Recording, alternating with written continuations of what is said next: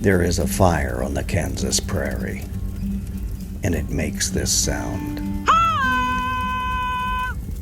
It is a sound that those who would abuse horses don't want to hear.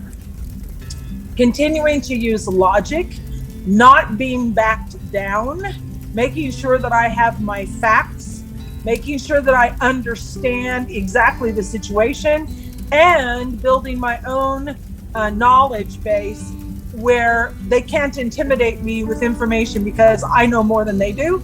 And I think that gives me the confidence to be able to approach any horse in just about any situation and then read it well, turn towards the person who is responsible, let that emotion stay outside of the dialogue, but be very direct about the facts. And I'm not afraid to make sure that we involve law enforcement and I put their asses in jail if that's what needs to happen.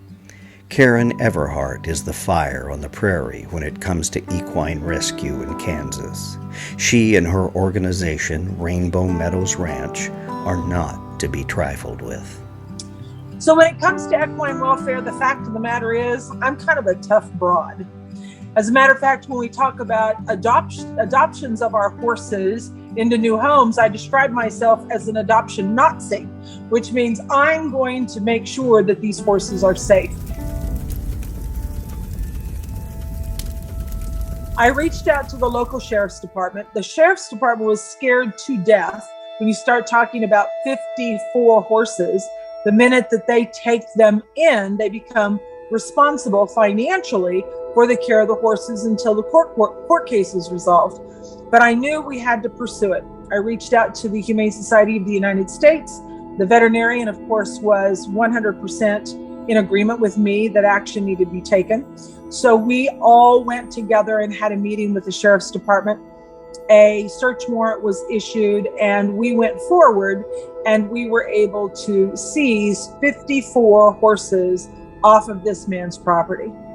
The sad thing is, in addition to the 54 that we were able to remove, we found carcasses in various stages of decomposition in the numbers of excess 45. So we knew that there had been a lot of horses that had starved to death and were just littering the entire property. This story is just one of so many that we have been involved in that are similarly atrocious. And it's what kind of drives us on a daily basis.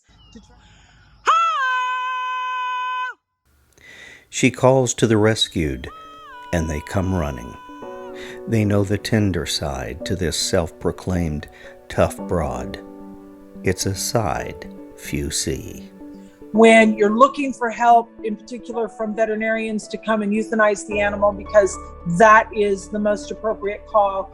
But that's easier than the horse that you've spent hours with and you go to reach out to give it a loving, gentle caress and it responds like that because of the trauma that it brings with it. And those are the ones that really just pluck my heartstring, because I know that I can never take away what they experienced that created that in them. And it just takes you to your knees. And so when we said goodbye to Shiner, that just was difficult, very difficult, because they don't know. And I think it's a blessing that they don't know, right? They have no idea. We've trained them to stand and let us stick needles in their neck, right? We've trained them to follow us all the way down to where we were going to, where we had dug a hole to bury him. We've taught him to trust us all along, and he knows that we're going to take care of him. And then we stop his heart. That's tough. But that was the most recent time that I cried. Rainbow Meadow Ranch, where through the tears, the fire still burns.